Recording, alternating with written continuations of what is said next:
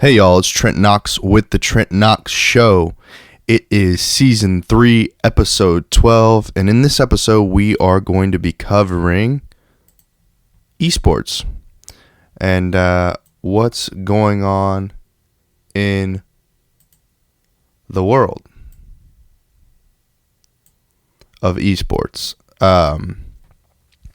So I'm kind of new to the whole esports world, all in all. I grew up playing Halo, Call of Duty, World of Warcraft, Madden. Those are pretty much my staples when I was a kid. Of course, I played the Civilization. I played Hot Wheels tracks. I played Pikmin, Super Smash Brothers. I played Dead or Alive. Is that right? Dead or Alive. I played GoldenEye. I played pretty much all the classics whenever I was growing up. I think the first ever game I played on a console was Frogger on the PlayStation 1, and then I played Dreamcast, but I can't remember what game I played on the Dreamcast when I had access to a Dreamcast. Let me see, what else games did I play? I played Devil May Cry on the PlayStation 1. Yeah, the PS1. No, PS1 or 2, whichever one of those was. I played that. I played Zelda on the N64. I don't know. I played a lot of games growing up, but I never really played a lot of competitive games until I was in middle school.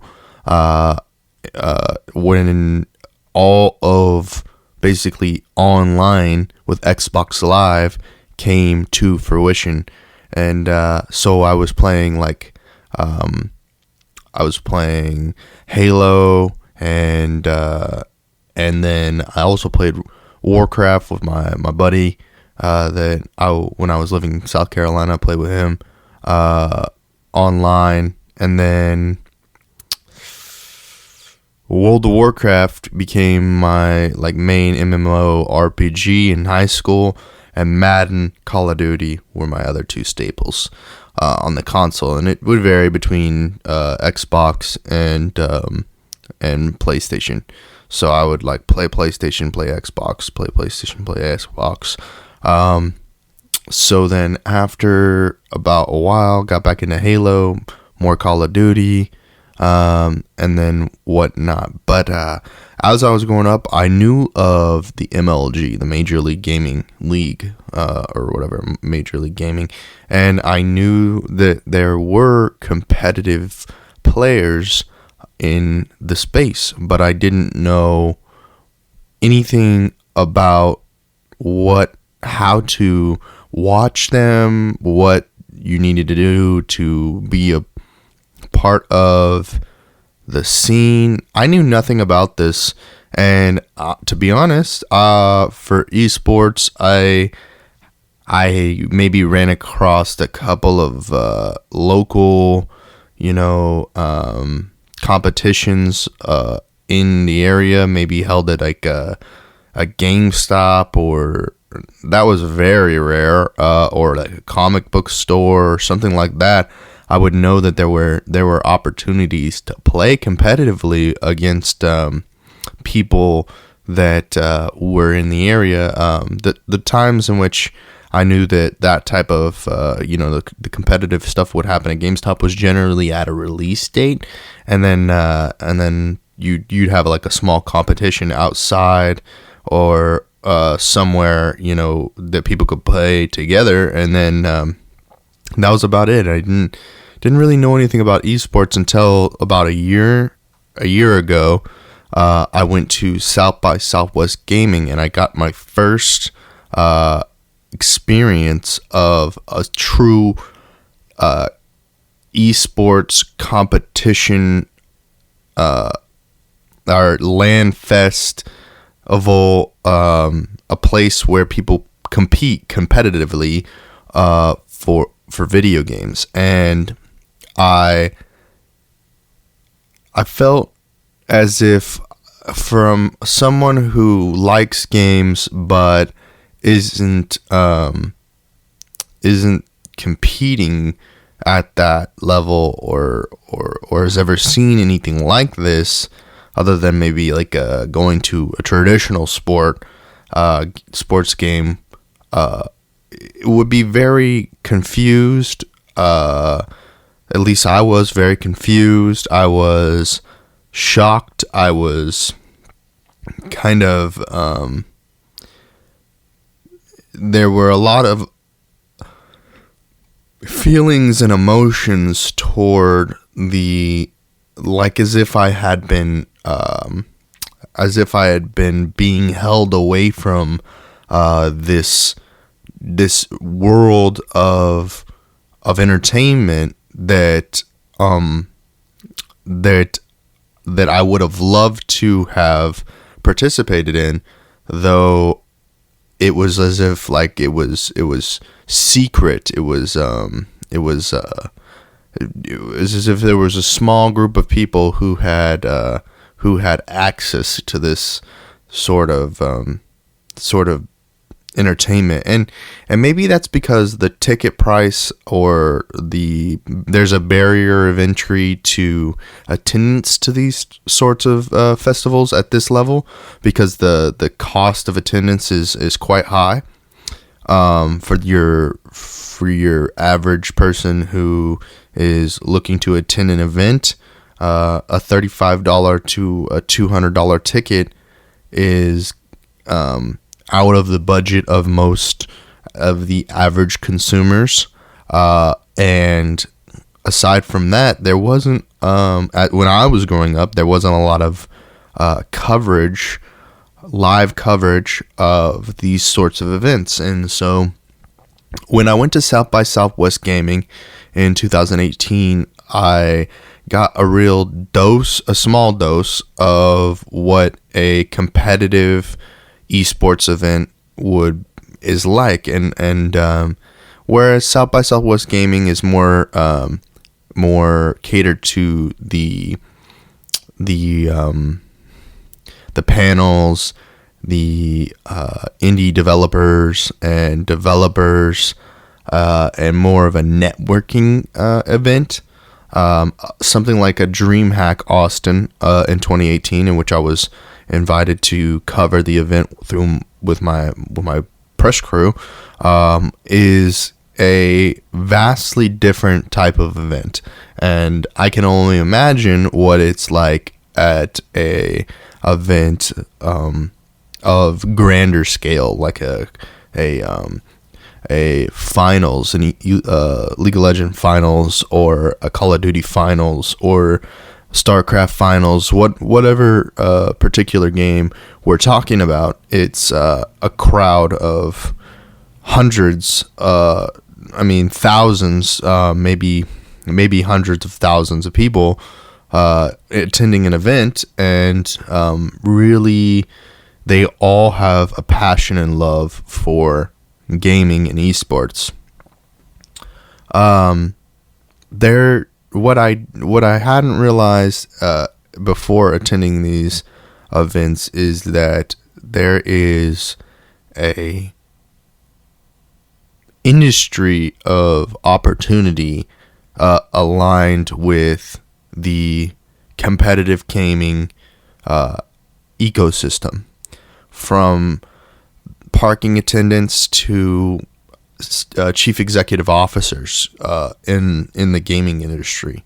And these positions are separate from the game development and the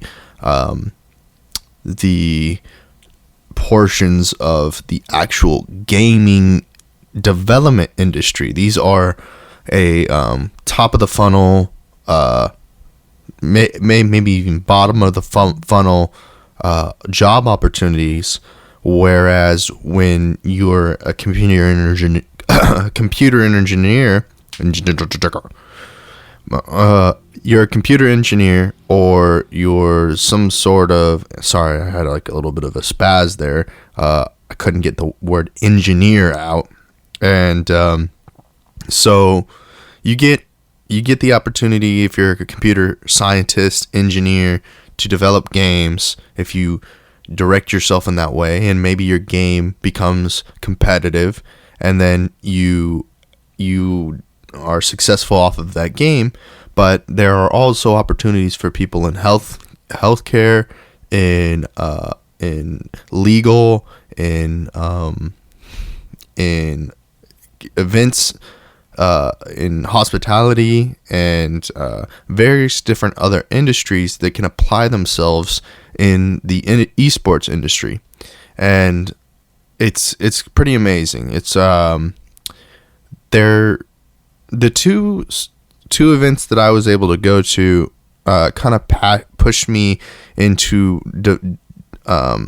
diving deeper into the culture of nerd culture and gamer culture, geek culture.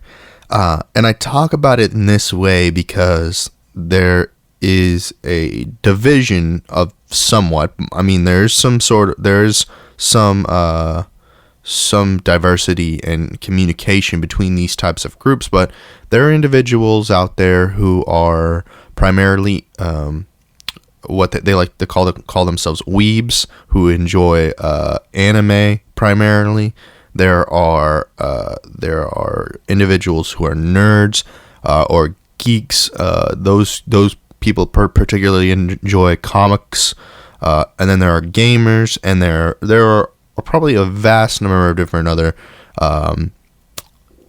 categories or labels or adjectives to place on culture in reference to gaming and comics and anime and all the different facets of these cultures to describe a person's interests and ideas. But I didn't realize I went to the gaming ones, and I realized that there are aspects of the other cultures that bleed into the esports arena, because there are merchants, vendors, indie developers. All of these people are also putting their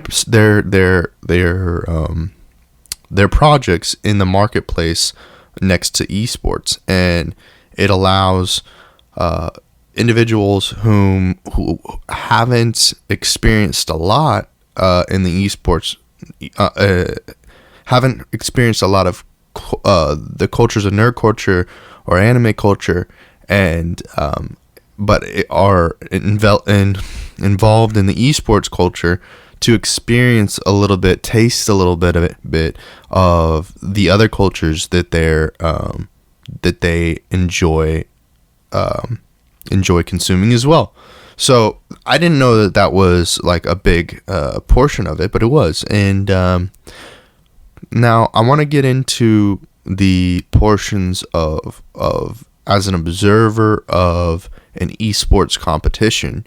And at South by Southwest, I really didn't pay attention much to some of the more competitive games, like CS:GO or Call of Duty, or any. I don't even recall if that was even Fortnite. Any of that was even being played at South by Southwest Gaming 2018. What I do recall sitting down and watching, was the Clash of Clans competitions between the pro players and the collegiate level. And I don't know. Actually, I think that the collegiate game was Valor or something like that. I can't remember what it was, but it was a MOBA, mobile-based MOBA. And anyway, so the point is that the with the Clash of Clans, it's a low cost, easy, well, not low cost, but it's a more versatile, maybe that's not the right word. Anyway, it just seemed like it would be less of a barrier to entry for these mobile games for aspiring esports athletes to get into the esports arenas and compete at a high level. And the days where I was growing up, where there was a huge barrier of entry because it cost a lot to travel, it cost a lot to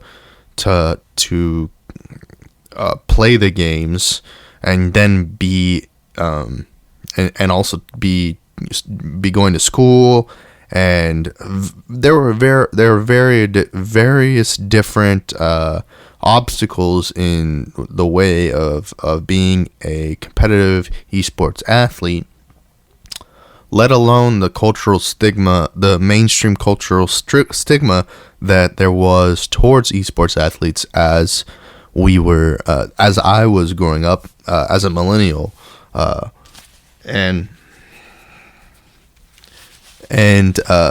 I can tell that is changing, and there are more individuals becoming esports athletes than there ever was before, and in part that's due to the development of the technology, right? And then it allows kids like those kids playing those MOBA games to enter the industry at potentially a younger age, as well as without having to have a lot of budget to roll their dreams of becoming an esports athlete, and so it doesn't look too grim for the individual who has a family with a household income of $100,000 or less on entering into the esports arena as an athlete.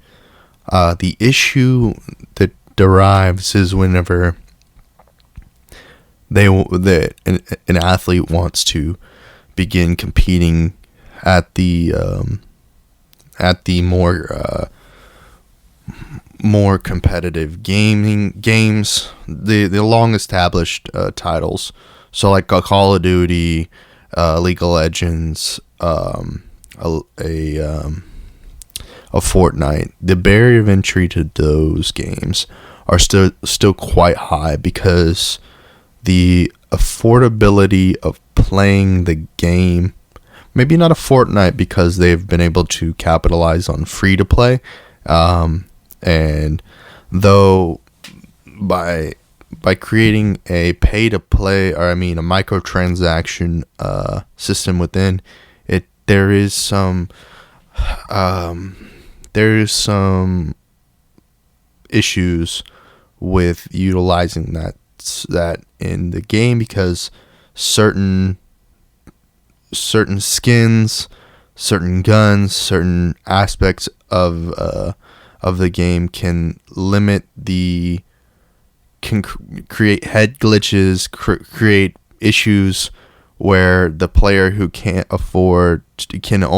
barely afford to purchase the standard edition of the console to play the game casually, would they be able to compete against someone with a budget that is able to afford them the Xbox, whatever the fuck it's called, an Xbox Elite, or whatever, the Xbox One X, or whatever you want to call it, the big one, though I'm so kind of disconnected with Xbox, but like a PS4 Pro, the barrier from that is quite high.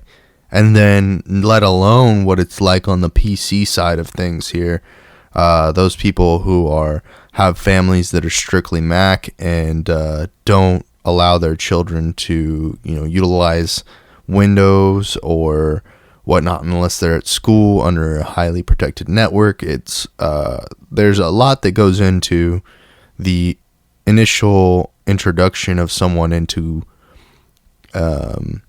desktop gaming, but for those kids growing up now who are looking to compete in esports and become an esports athlete, it seems like it's a complicated journey for the kids whose families have a low household income and can only afford them 1 or 2 games and a standard edition console, and that barrier may create, unless they have their own hustle, ambition, entrepreneurship to get in there and upgrade their console to be competitive against the kids who are, have a family with a household income of $500,000 to $1 million, to be able to afford the travel, the lodging, the all of the expenses that become related to becoming a competitive player in the esports arena is quite. It seems to me to be quite difficult. And then the scheduling and budgeting of getting into that and seeing these players develop their characters in association with the teams. It seems like a hard task to get into, and I wish there was more information out there as in regards to how to budget and schedule yourself at a young age to be prepared to become an esports athlete, because the age range for the traditional esports athlete skews young, and we don't see a lot of the people who are active competitive players in their late 20s to early 30s still competing. And it seems to be a system of kids from 15, as early as 15 to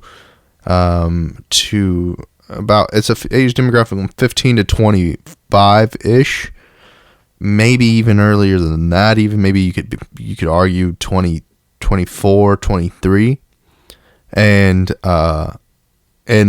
there's not a lot of opportunity out there for the older demographic, the ones who have afforded themselves to go to college or have afforded themselves to purchase a car and work at McDonald's, or it is not the norm to hear a story like Nade Shots about having worked at McDonald's, then playing in the MLG and deciding to quit to establish his own esports brand and have the business acumen to accomplish that feat.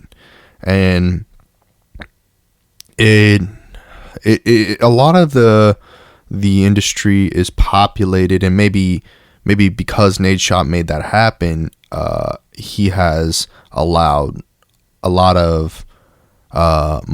more opportunity for the lower income brackets to initiate themselves into an ever-growing business as new games are being developed and new opportunities for the competitive scene grow. And I just don't know what to say as far as like where the industry is going. There's a lot of talk, but I can't decipher what of this is like snake oil salesman pitch to make it so that the industry is more, there's more exclusivity in the industry, and that you will have to, it'll be more difficult for individuals to compete for those prize pools that are quite high, the ones that would drastically change an individual's life. Because when we look at what's going on in esports with League of Legends and Overwatch, is they're creating a franchise system where that you have to have some sort of so you have to have, basically, for Overwatch, $20 million to create a team inside of the league and become a brand around one particular industry or one particular game. And I apologize for those of you who are listening who have a better vocabulary for this industry. I am just I listen, but a lot of it is extremely difficult to comprehend, and I'm conveying it in plain English, I believe, or the average Joe conversation about this. I love it, and I feel like it's a passion of mine, the esports industry, but I can never see myself as a shoutcaster or any of these things at the moment, because there's so much vocabulary that there's to learn in association with business, and also with the industry of game development. And then and as an esports athlete, you are partly supposed to know how to communicate to potential investors, venture capitalists, and you're basically selling a whole industry as an athlete. And in order to pack all that up, there has to be some sort of education system to educate the layman on the proper terminology when approaching a subject like esports, and have there be more of a open source nature to that. And I think that maybe that's true, maybe that's not true. What I just said, potentially there is always the opportunity for a program to open at the collegiate level for in esports, and have professors of esports, and that be its own major or department aside from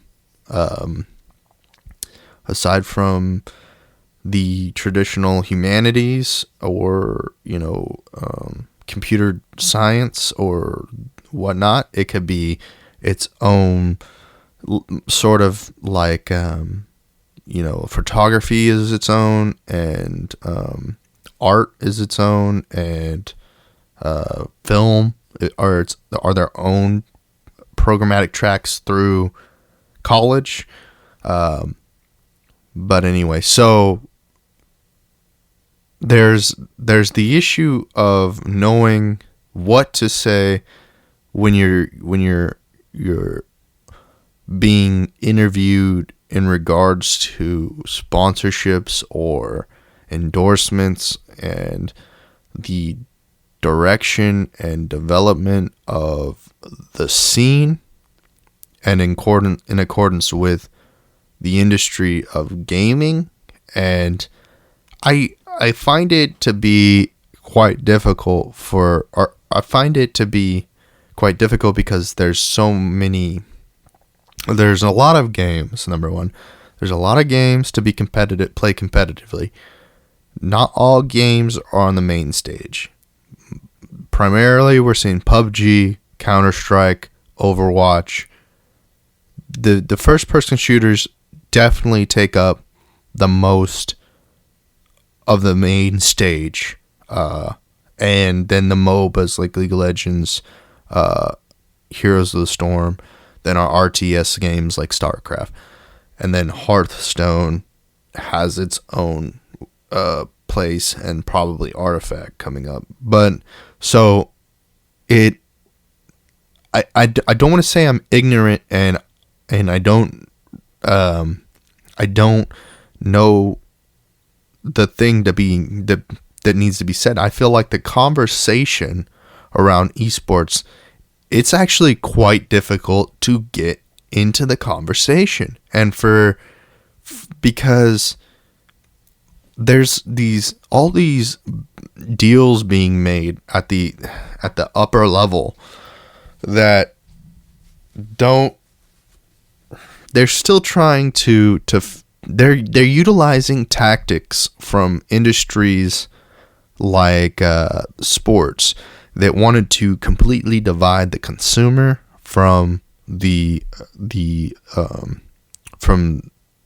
brand, or that's not the right way to say it. From divide the watchers from the creators. That's the only way I can basically describe it. So there's a better way. There's got to be a better way. Maybe someone out there can give me a better way of saying this, but essentially taking the people who are consumers, the people who pay the money to play the games, and dividing that from the organizations that structure esports. That's not the right way to say it. Anyway, so like the executives, that's not what I'm trying to say here, but that is separate from the consumers. But the problem the problem that arises in the esports industry is that the consumer is purchasing consoles, purchasing desktops, purchasing a lot of equipment, whereas in a traditional sport like football, all of that equipment is coupled with the school that they go to, and the school booster club pays for the school booster club pays for the, what am I trying to say? The equipment, the sports equipment, it pays for that so that the student athletes can utilize that to play against other schools. Whereas the esports, the parents of the children have to purchase into the game, into the industry by buying themselves a console. And this just goes back to what I was saying earlier, but buying themselves a console, buying themselves the game, buying themselves an opportunity to play in the league. Whereas the barrier of entry for a football, a soccer, any traditional sport has been limited by the available opportunity. And esports is probably going that way, but it is years, maybe decades away from it being universally accepted, like a football, soccer, lacrosse, tennis, any traditional sport that's currently in the high school or the grade school adolescent education.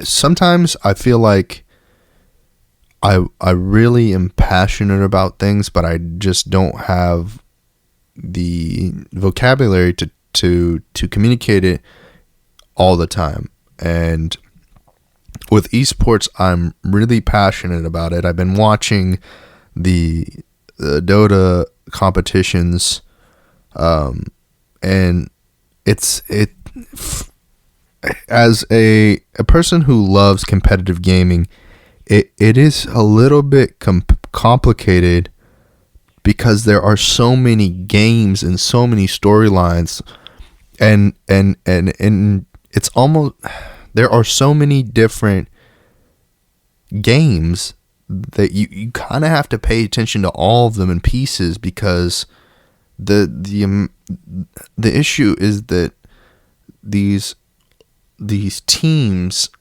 like a Team Liquid or an Optic or a TSM or like any of these big name household teams, they have a organization for every game.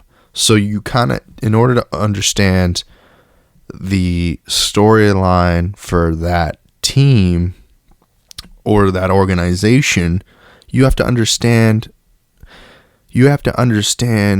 what's going on in various different titles, games, and it gets so complicated that you the average person who's not a historian or a industry person that observes it all and tries to figure out why a certain tactic is being used in another game that a certain way, because over here it's a balancing act. So like we got the Team Liquid League team, the Team Liquid CSGO team, the Team Liquid Call of Duty, and all the data and analytics from each of those games is encapsulated so that they can kind of better maybe in one league they need 3 coaches, and they found that the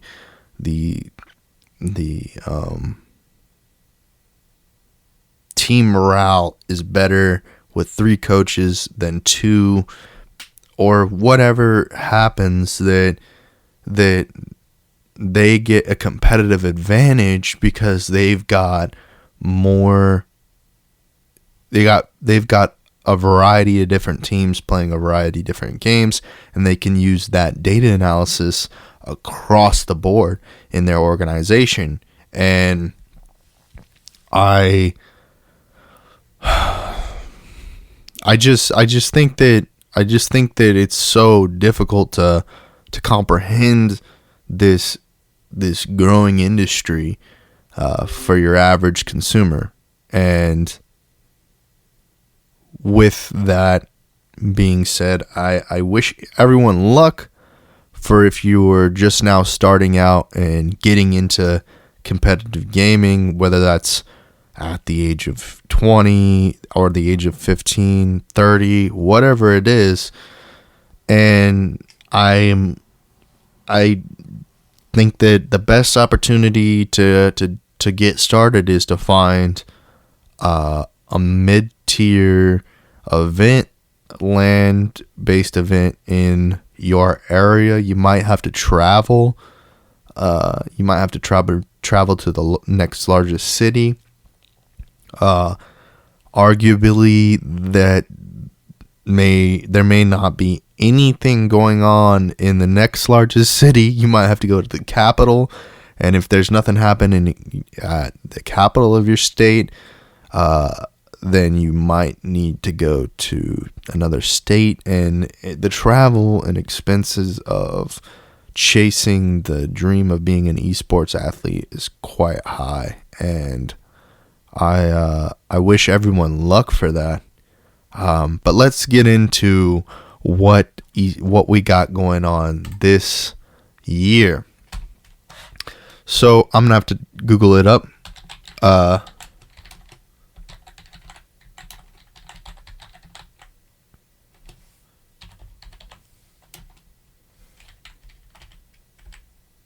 I don't even know if there's a specific website to go to for this. But I went to League of Legends first, and I see for the North American League of Legends Championship Series, we're going to have the week 2. This is week 2, and we've got Echo Fox going up against TSM. And then we have 100 Thieves going up against Team Liquid. We got Clutch going up against Optic. We got Cloud9 going up against Golden Guardians. And then FlyQuest up against CLG. And that is Saturday, February 2nd. And they all seem to be scheduled an hour out of each other. And you can probably, that's for the NLCS. Whatever. Or the LCS. Let's see what's going on for the for Overwatch 2019. Oh wait. Ah, damn. There we go. Boom. The Overwatch 2019 schedule revealed. Where is it? Okay. Wow. Okay. We previously shared big changes for the 2019 season.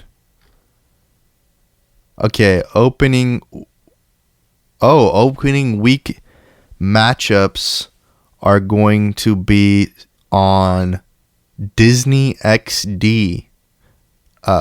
So on Thursday, February 14th, that's Valentine's Day. On Valentine's Day, we get the Spark versus the Dragons. The Hangzhou Spark versus the Shanghai Dragons. And then on Sunday, February 17th at 12 p.m., we get the Houston Outlaws, that's my home team, versus the Boston Uprising. And then on Sunday, February 17th at 1:30 p.m., we have the Philadelphia Fusion versus the Atlanta Reign. So that's for the Overwatch League. And then it says stay tuned for all your other favorites. And so we're looking at the playoff pool. The prize pool for the 2019 season is $5 million, up from $3.5 million in 2018. The stage playoffs prize pool for each of stage 1, 2, and 3. The winner gets $200,000. Runner-up gets $100,000. Third and fourth place teams get $50,000 each. The 5th through 8th place get $25,000 each. Okay, so this is working towards, I don't know what the split is between the athletes and the organization, but eventually at this rate, let's say, because it's going up about 1.5 million a year. Let's see, maybe it doubles next year, and let's say it's 10 million is the prize pool.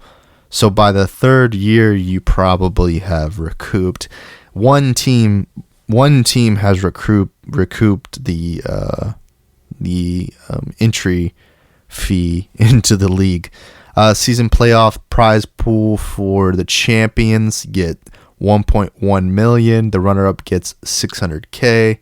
Third place team gets 450,000. Fourth place team gets 350,000. Fifth and sixth get 300,000, and seventh and eighth get 200,000. So no team in the Overwatch League. I guess no, that's not true. A little over half the teams lose a lot of money. Lose a lot of money. Wow, they lose a lot of money. But that's a price of playing in the Overwatch League. A lot of money to be lost there. Whatever. Not whatever, but like, geez, that sucks. So let's look at CS:GO League. I don't know what the hell that's called. What the flip? Esports. Let's say season. Oh, there it is. Never mind. I found it. ECS. ESL. Wait, I don't know which one's which. Pro League, ESL, CS:GO. Australs are season 8 champions. Maybe is this over or what? I don't know.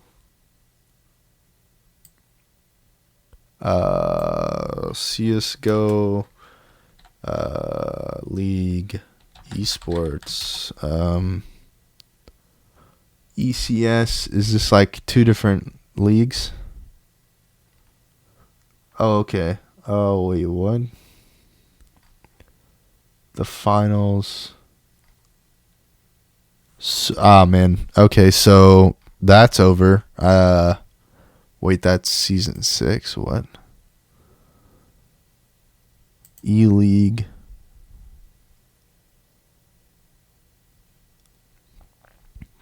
So there's 3 different leagues for CSGO. It's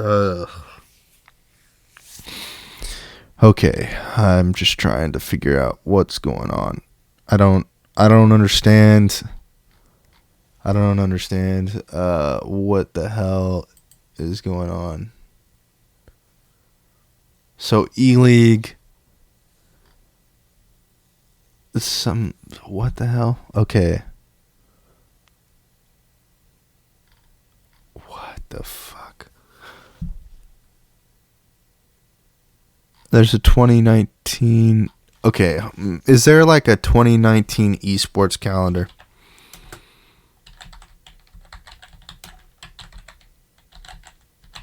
I mean, like, events calendar.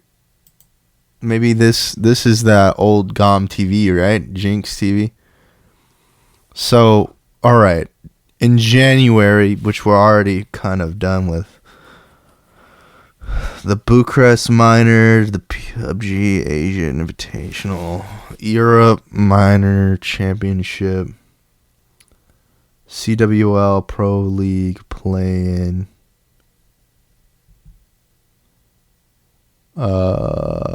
then the iBuyPower Masters. So I was watching the Chungquin major for Dota 2 this month. So Rain 6 Invitational 2019, DreamHack Leipzig, Rocket League Hearthstone, IAM Catwise. Oh, Jesus. Man, it's just so difficult to comprehend. So, wait. Oh, there it is. IEM Sydney, DreamHack Tours, DreamHack Dallas, Summer, and Call of Duty World Championships all the way in August. League Championships in October. How come nothing Overwatch is on this Jinx Esports thing? Because they just haven't updated their calendar. Oh man, it's the thing about esports is it's so disorganized. There's not like an ESPN to go to. There are so many different ESPNs. Oh wait, hold on. There's an ESPN article in 2016. That's not good. So in 2016 there was an article on ESPN in regards to the esports leagues. Maybe I'm just doing it. Oh man. Esports Tournaments 2019. Okay, Esports Insider. Let's see what they have to say. Esports Insider has to say there's an Asia licensing conference, a dojo esports. What the hell is this?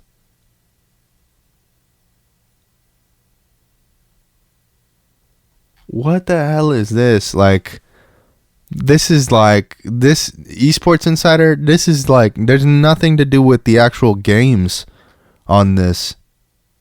It's just a bunch of events for like esports events, but not even like conferences. Man, this is why the conversation in relation to esports is so complicated, because you have the cutting edge side of esports, which is like all these conferences and communication between owners, franchises, teams, players, all of that, but it's divided from the actual competitions. And mind you, esports is a global phenomenon, and that it's not like the National Football League where we have literally, like, the only places that play football are America and Canada, and then there are small leagues. American football, only leagues they play are in in the United States and Canada, and then a little bit of Mexico and other places around the world obviously play American football, but more globally related, it'd be like traditional football and maybe basketball, but geez, baseball somewhat. Baseball is kind of a global sport, American baseball, but geez, cricket, rugby. But you don't hear about conferences in relation to the American football. There's not like an American football. Well, I'm sure there is an American football conference. It's just, you know, that's the AFC versus the NFC. You know what I mean? Or you know, like there are colleges, you know, and whatnot that you go to and you attend an event. What is this? Sick Odds is the second. Oh my gosh. Okay. All right. So, wow. Okay. So the betting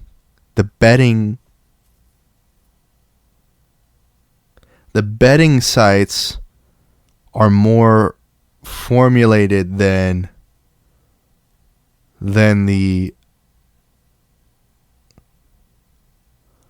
So, okay.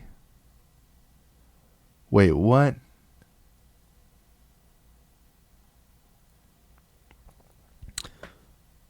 I don't understand.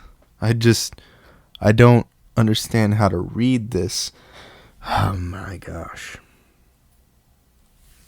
You almost need a linguistics expert in esports to comprehend the language and of the websites. You look at it and it's going to take you a while to comprehend why they put it in the format that they did.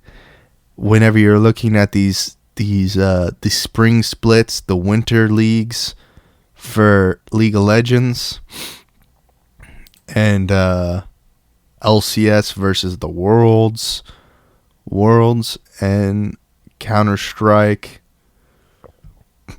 Fortnite has no upcoming events. PUBG, nothing. Start, end. I'm confused why there's a start and an end date. The Dream League Season 11 is, for Dota 2, is worth $1 million. Prize pool. Contenders. NA Australia.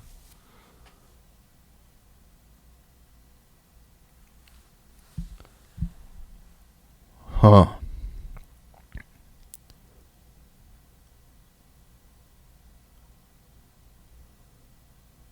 Wow. So the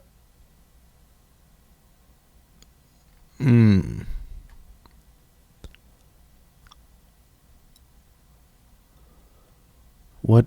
Okay, so what is it again?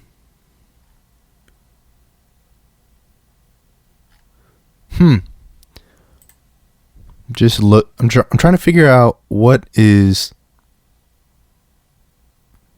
the where to if you were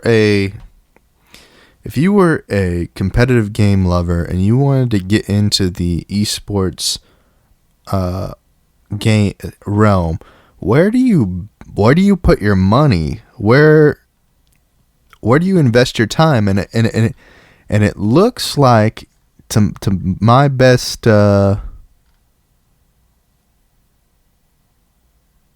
my assumptions are you better be playing Overwatch, because the prize pool for Overwatch is the greatest. So if you're getting out of these you're playing, let's say you're playing League of Legends, the prize pool for that is quite a bit lower than $3.5 million. There's not like I don't think there's any game comparable to Overwatch as far as payout. And career,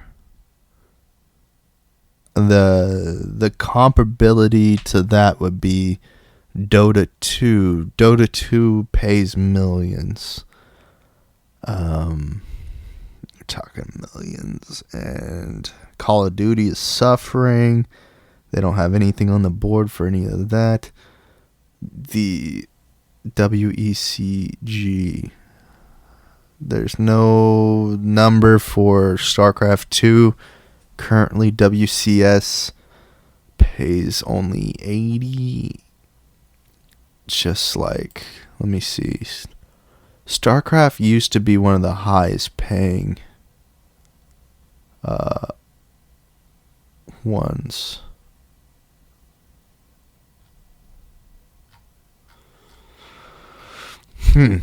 I don't understand the betting on this. And then the third one is my hometown, South by Southwest Gaming.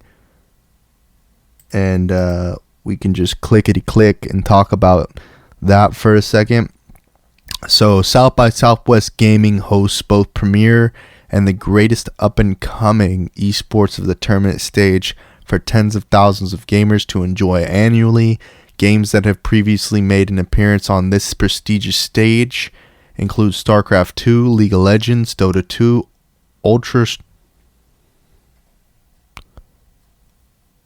where was I? Where did I live off? Ultra Street Fighter 4.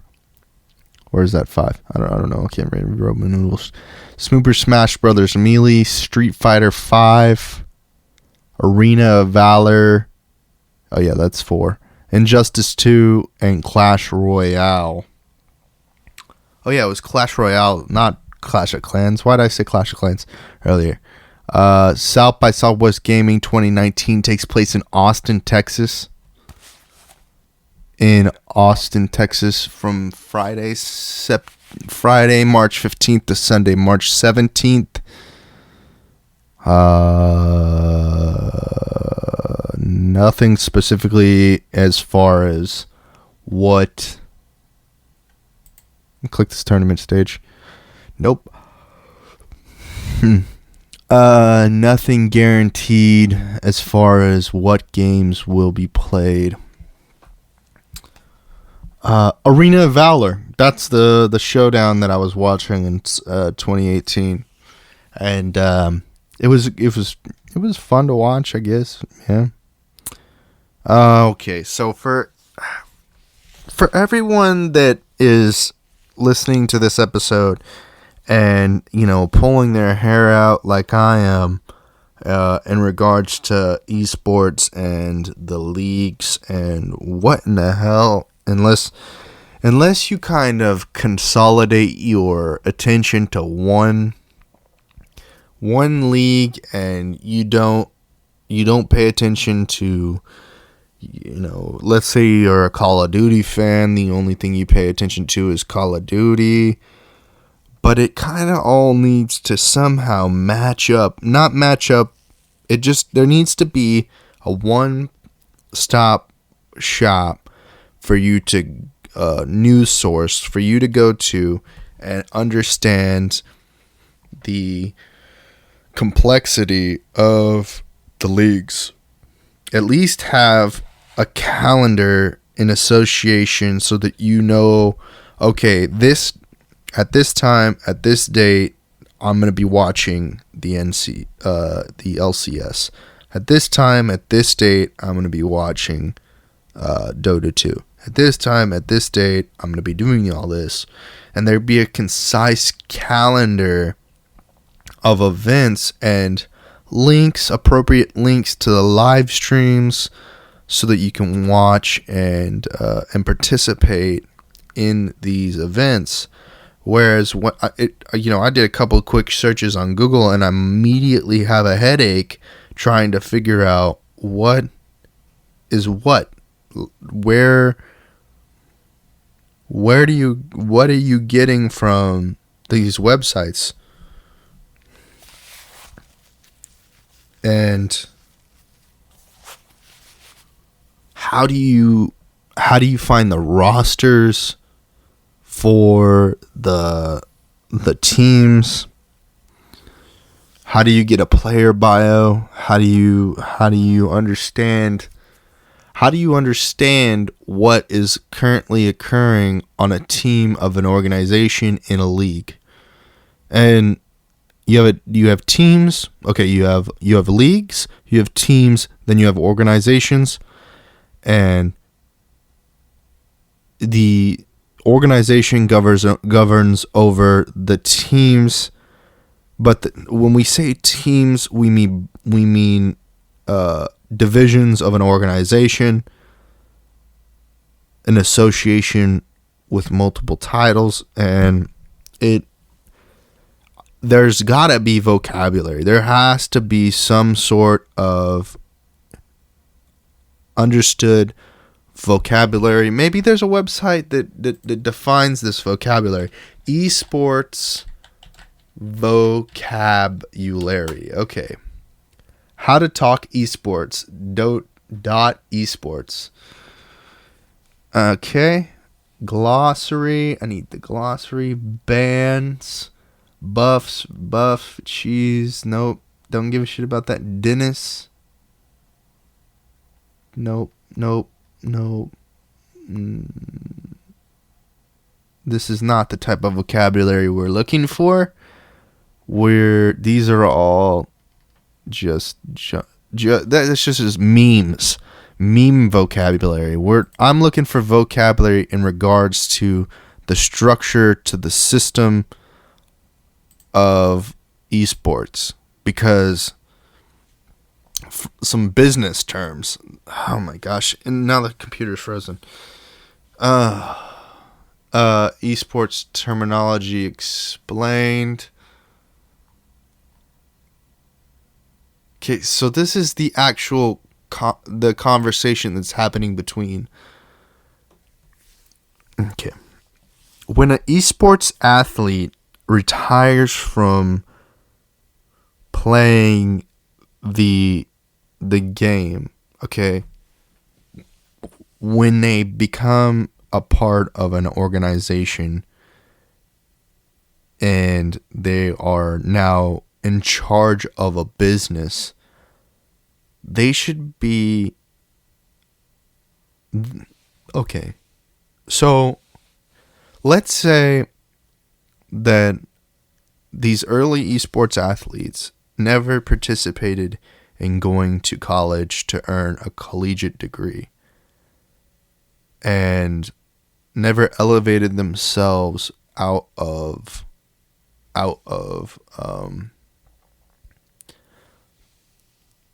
the lower educated caste, or I don't even know how to communicate this in a politically correct way, but so they're really good at a game, but they have no education. And when they step into an arena with, and a good thing that has happened as a result of a lack of education is, well, maybe that's not true. I mean, there have been individuals who have been educated in the industry and not, sold the heart out of the industry. So, and because the industry is so cluttered, you immediately have a difficulty getting in and finding a good source as a brand like a Coca-Cola or wherever to establish themselves in the industry. So when esports athletes, after he or she has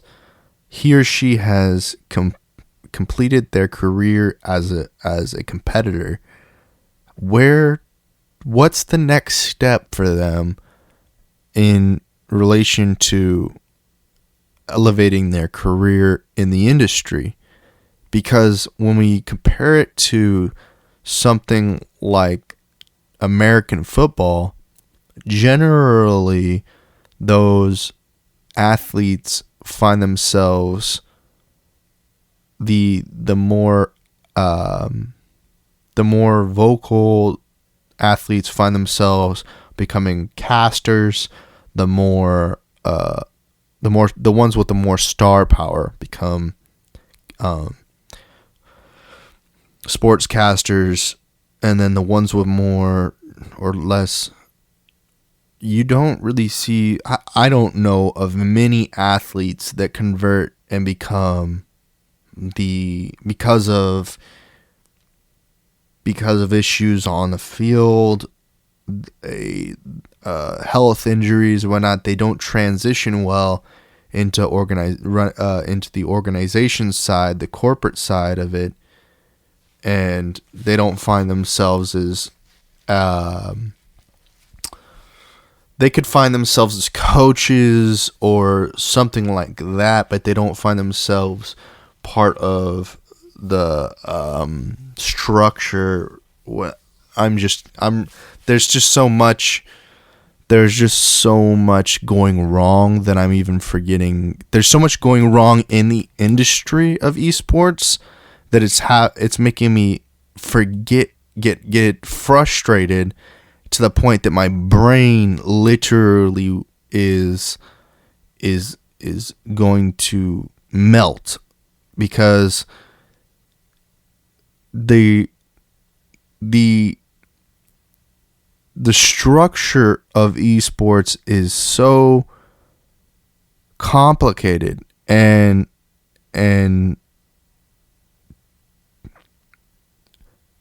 for the average person, they would quit looking to find the solution to the issue of people desiring a barrier of entry, because they find that the industry is there. They find it to be sacred. The industry is sacred to the individuals who helped create, create the foundation for an esports industry. And so they have not only alienated other people like them, but they've alienated industry people who could fund their dream to grow their organization, their brand, and whatnot. They believe, and this is in part due to the competitiveness of it. They believe that they are able to grow the business without external help, and they can just do it on their own, essentially. Like that is one of the largest problems with an organization that has a team functionality to it in any realm. So they want to kind of just make it more complicated when it could be so much more simple if there was people from business, people from health, from different, if there were more people with there's this fear, and I feel it myself because I'm a gamer. There's this fear that non-gamers will dilute the validity of the esports industry, because, and this fear, it comes from the fact that gamers have been oppressed. People who enjoy playing games competitively have been there's been so many negative stereotypes and even an archetype of the way that people perceive the gamer, that there's this immediate defense mechanism for the industry at large to defend against these people that have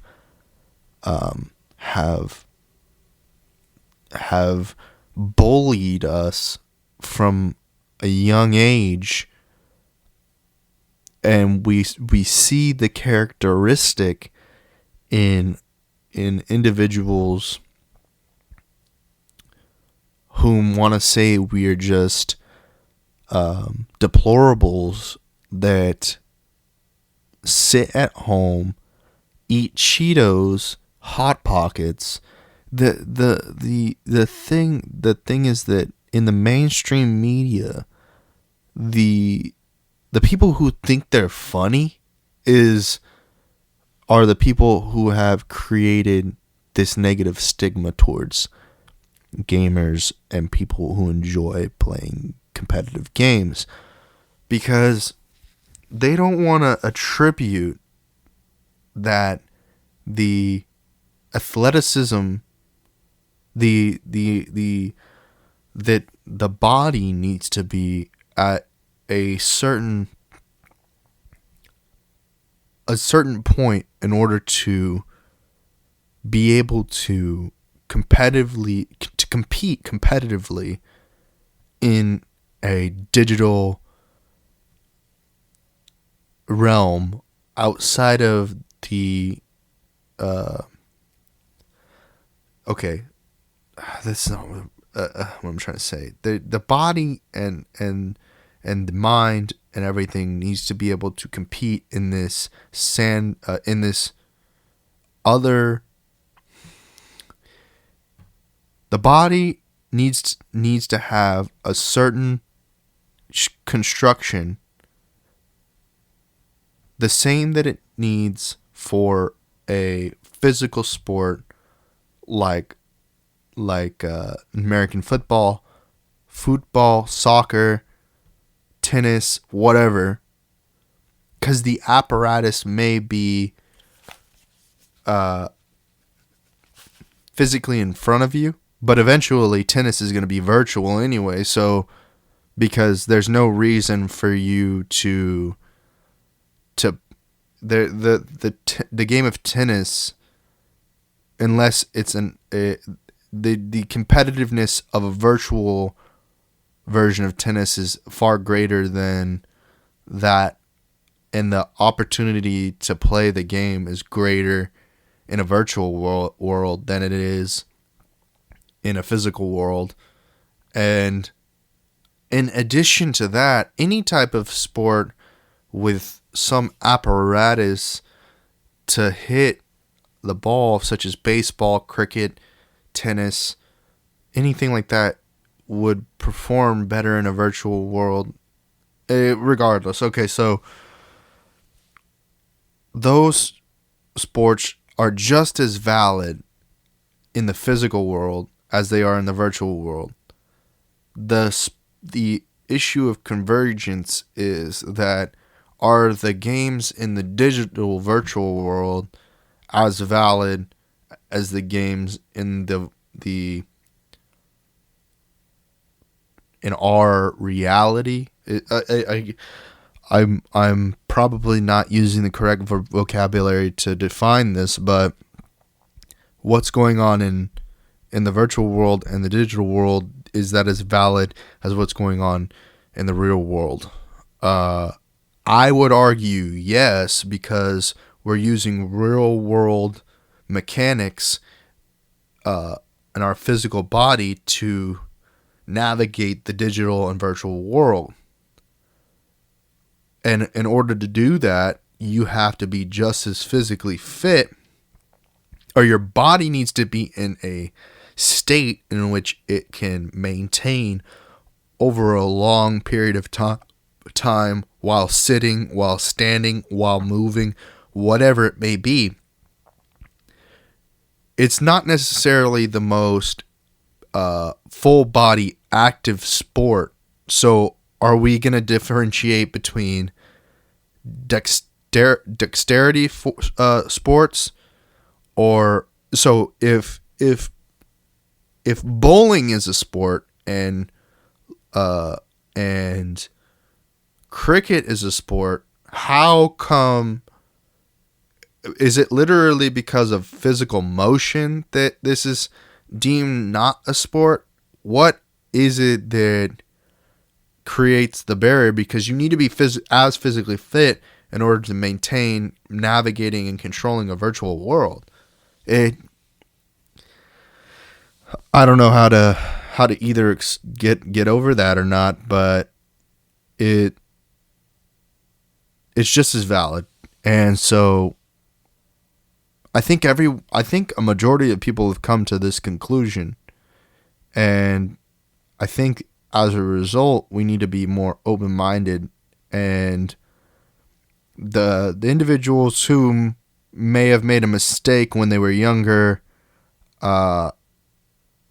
counting us out, saying that we were deplorables and virgins and pussies, bitches, sucks, phonies, whatever negative conversation that was being had or hate was being spewed at gamers or competitive gamers, that type of rhetoric, especially that from the parents, because parents were continually, saying that it was going to rot our brains out, or something was going to do something negative towards us, when in fact the world became gamified, and now everything is controlled by some sort of game.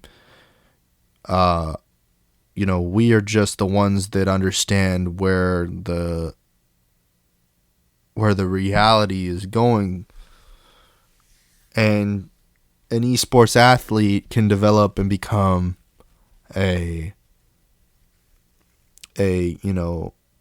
somebody who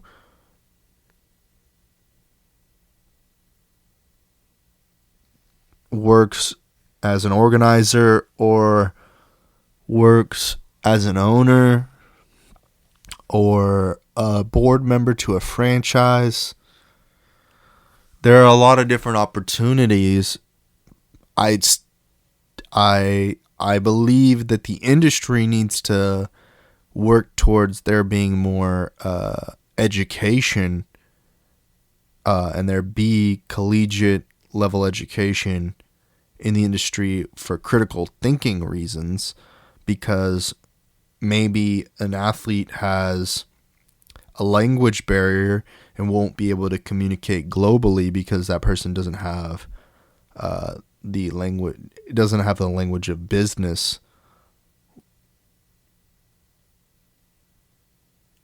potentially, unless they work in their own market. And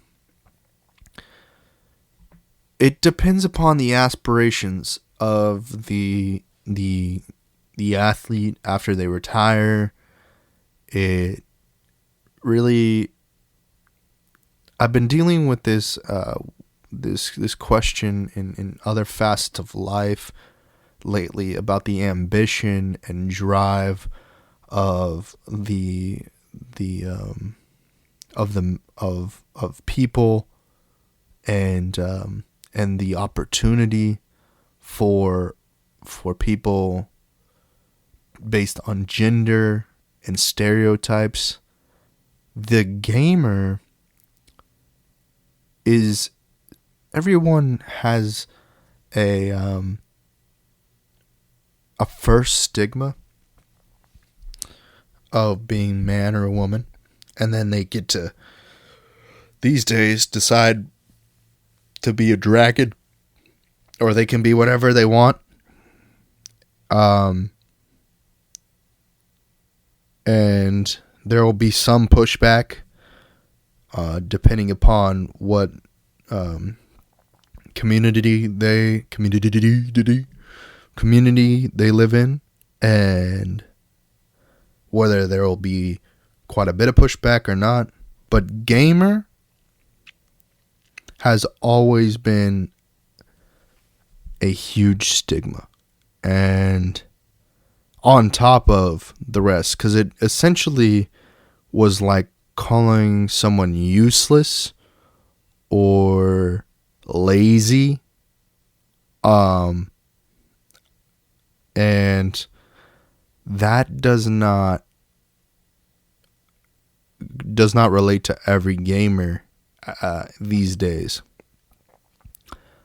And those that are a little bit more on the lethargic side of gaming are not necessarily competing at the upper levels. Now, the individuals that have come into the gaming industry and have been negatively spewing rhetoric about health and wellness towards individuals who perform at a top level without the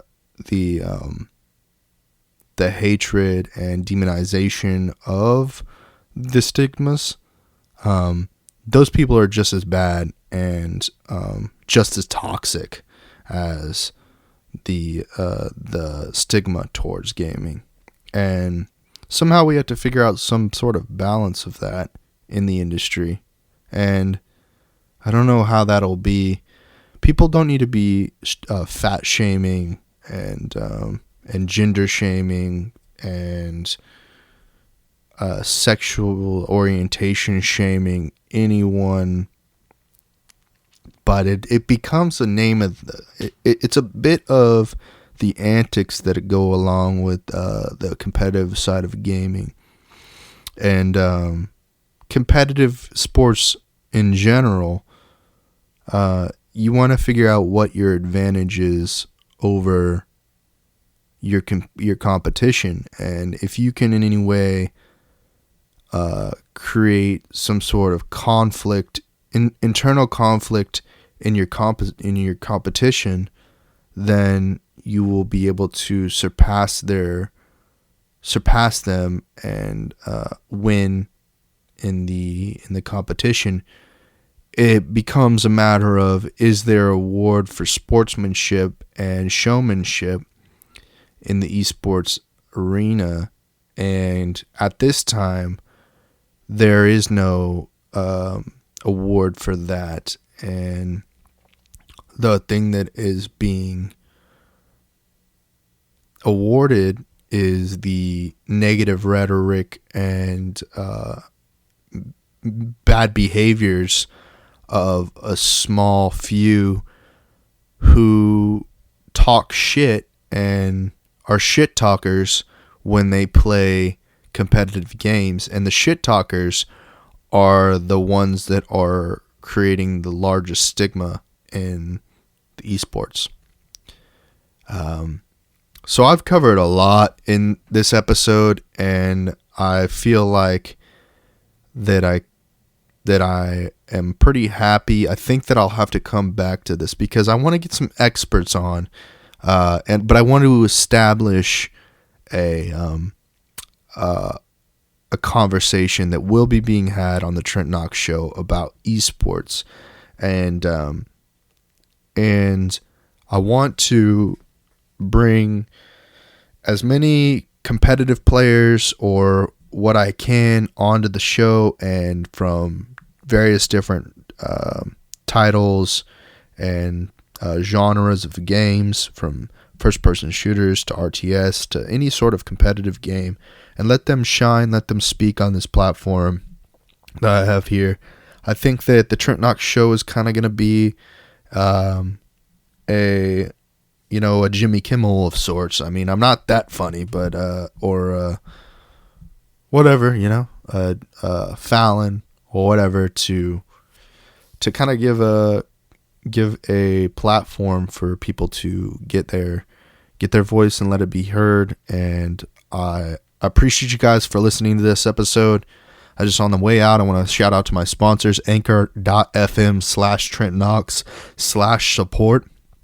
If you want to help grow this dream level and help me level up and be able to do bigger and better opportunities, and I think that that's the way to go. And shout out to Depop.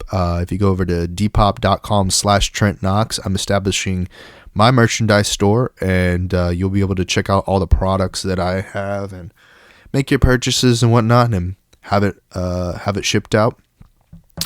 Then we have Lander. I use Lander to, after I've done my mix of this podcast, I'll upload it to Lander, and they just basically get the levels right, make my voice sound sexy, and get me right. You know what I mean? And then I use Crowdfire. If you head over to my Facebook or facebook.com/Trent Knox TV, you'll see there's a post in there for Crowdfire. For the first $10, you'll get $10 back off of that. A little bit of free right there. And then Crowdfire, Lander, Anchor, Postmates for sure. Depop, obviously. Postmates, if you're looking to earn a little extra cash, head on over to my Facebook page. Go to the top pinned link, and you'll see it there. And I appreciate you guys listening to this. Tomorrow, Wednesday, we will have Brian Kern of the Common Chaos podcast back on the show, live and in person. Check out the twitch.tv/Trent Knox to find out. And I appreciate you guys. Catch you on the next one. Where's my cursor? Got it.